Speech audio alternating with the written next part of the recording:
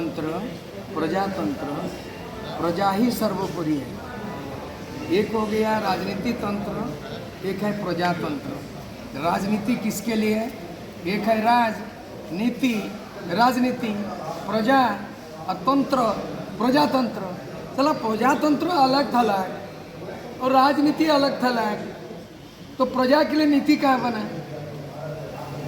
प्रदेश के लिए, झारखंड के लिए राजनीति हो रहा है और नीति कहाँ हो रहा है? प्रजातंत्र कहाँ है? जनता द्वारा सरकार, जनता के लिए सरकार और जनता की सरकार। ये जनता की सरकार नहीं बना लोकतंत्र, बीजेपी की सरकार, जेएमएम की सरकार, बिहार में आरजेडी नीतीश की सरकार, जनता की सरकार नहीं। तो क्यों परिभाषित किया बाबा साहेब आम्बेडकर का संविधान में? By the people, for the people end of the people. This is the real democracy, the norms of real democracy. जो एक्चुअली प्रजातंत्र लोकतंत्र को जो अमली जामा पहनाना था इन आज़ादी के वर्षों में, ये नहीं है। पहले अपराधियों का राजनीतिकरण होता था, आजकल राजनीति का ही अपराधीकरण हो गया। इसीलिए हम लोगों ने कोड ऑफ कॉन्डक्ट में बनाया, आचार संहिता में, कि आपराधिक पृष्ठभूमि दागी वाला व्यक्ति, गुंडा, चोर, बदमाश, लुटेरा, दलाल, उनको हम उम्मीदवार नहीं बनाएंगे। साफ सुथरा चरित्रवान पढ़ा लिखा लोग, समाज में जिसकी छवि अच्छा हो, वही समाज का प्रतिनिधित्व कर सकता है। ये नया सिलेबस में, नया फेयर पॉलिटिक्स में हम लोग चाहेंगे कि हम लोग जरूर अनुभवी लोग एकजुट हुए हैं, लेकिन हर पार्टी से हम लोगों ने किया है कि इसमें युवाओं को सबसे ज़्यादा भागीदारी बनाएंगे। युवा शक्ति, युवा है ना झारखंड में। बिरसा मुंडा का उम्र था 24 साल, और आज का नौजवान को भी तो लाना होगा मेन स्ट्रीम मुख्य धारा में। तो दूसरी बात है, हम लोग हर समाज को ख्याल रखे हैं। महिलाओं को मिनिमम 10 सीट में उम्मीदवार बनाएंगे। मुस्लिम की आबादी 15% से कम नहीं है, ज़्यादा है। उनकी प्रतिनिधित्व कम से कम 10 तो मुस्लिम उम्मीदवार होंगे। और उसके बाद जो जनरल सीट है, जिसको आरी बारी बोल रहा है, भारत देश का कोई भी नागरिक यहाँ का अगर नागरिकता मिला है, वोटर लिस्ट में नाम है, तो झारखंड से चुनाव लड़ सकता है। वैसे कम से कम 10 तो विधानसभा सीट जनरल को लड़ेंगे, जो ST SC नहीं है। और महिलाओं को भी देंगे, मुस्लिम को देंगे, जनरल को देंगे। विकलांग को भी हम लोग सोच रहे हैं, एक तो सीट कहीं देखेंगे, विकलांग को भी हम लोग खड़ा करें। जो विकलांग को भी सुप्रीम कोर्ट ने ऑर्डर दिया और चुनाव आयोग ने दिया है कि वोट देने का अधिकार है, तो वोट लेने का अधिकार होगा, तो विकलांग को भी हम लोग को भी। ये नया सिलेबस हो रहा है। तो होता है ना स्कूल कॉलेज में कि पहले का पुराना पाठशाला चल रहा है, तो पाठशाला भी हुलिया चेंज हुआ, सिलेबस भी चेंज हो गया। तो जनमत क्या करेगा? ऐसा राजनीति करेगा जो उसका सिलेबस को बदल रहे हैं। और ऐसा सिलेबस का पहला चीज़ है कि पहला जो मुख्यमंत्री बनेंगे, उसके साथ 5 साल में 5 मुख्यमंत्री बनेंगे।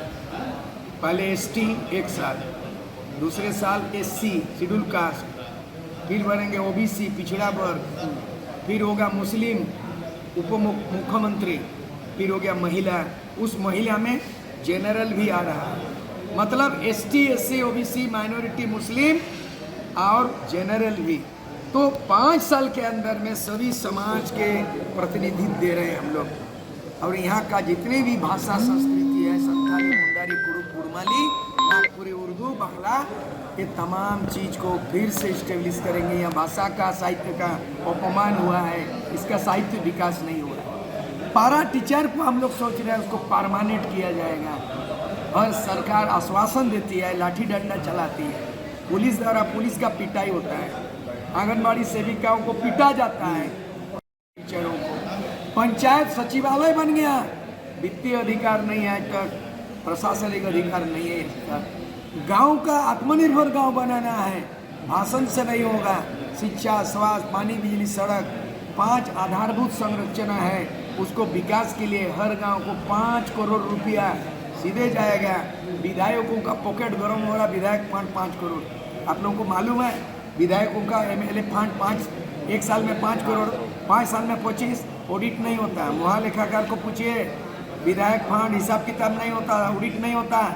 इस बार हमारी सरकार विधायक फंड 5 करोड़ नहीं देंगे, वो पैसा विकास के नाम से गांव में सीधे जाएंगे। पलायन को रोकना है। कोरोना काल में झारखंड से 20 लाख करीब मजबूर होकर पलायन कर गया।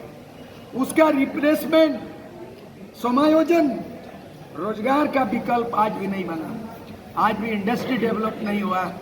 आज अगर कुटीर शिल्प उद्योग डेवलप होता, आज अगर 3 बार फसल होता, एक बार धान का खेती, दूसरी बार गेहूं का, साग सब्जी का, आलू प्याज का, तो झारखंड में यहीं पे खपत हो जाता।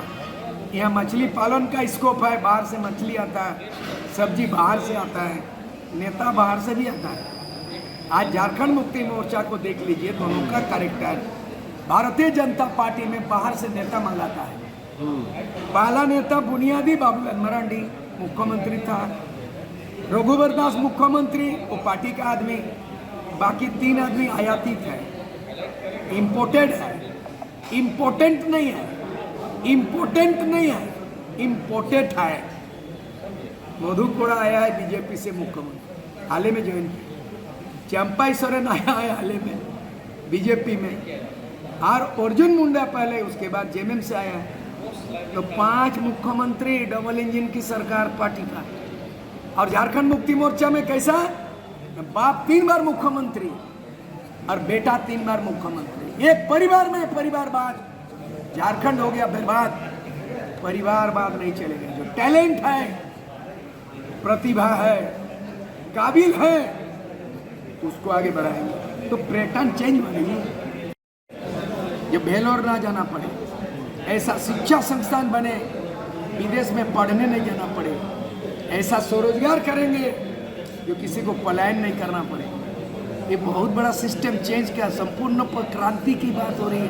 एमएलएमपी बना के सरकार बनाएंगे, हम भी लूटेंगे, लूट में छूट गए। चलो, आपके जमीनी बहुत काफ़ी समय से झारखंड को देखे सींचे हैं। 13 बार मुख्यमंत्री देखे, 5 बार चुनाव हुआ और 6वां चुनाव दस्तखत दे चुकी है। 1 महीना बाद चुनाव, तो वही ढाक के 3 पार्ट। जेएमएम और बीजेपी दोनों अलग नहीं है, इनका दल अलग है, दिल एक है। का है कि अर्जुन मुंडा मुख्यमंत्री बना था, तो हेमंत सोरेन डिप्टी सीएम बना था जेएमएम सरकार में। शिबू सोरेन मुख्यमंत्री बने थे, रघुवर दास डिप्टी सीएम बने थे। बीजेपी अलग कहा है रे भाई। तो आने वाला दिन में भी अगर खंडित जनादेश होगा, परहेज नहीं करेगा, जेएमएम मिल लेंगे। अभी जेएमएम का नेता को बीजेपी में मिल रहा है, और आने वाला देखिएगा बीजेपी जेएमएम मिल के सरकार बनाए, इसको मौका नहीं देंगे। इसलिए विशुद्ध रूप से भ्रष्टाचार मुक्त, शोषण मुक्त झारखंड का विकल्प है। वो 3 पार्टी 2 पार्टी मिला के गठबंधन है, हम 10 पार्टी मिलकर महागठबंधन है। यही है चेहरा, यही है मोहरा, यही है नीति, और हमारा नियत स्पष्ट है, हमारा नीति स्पष्ट है, हमारा नेतृत्व में दागी आदमी नहीं है।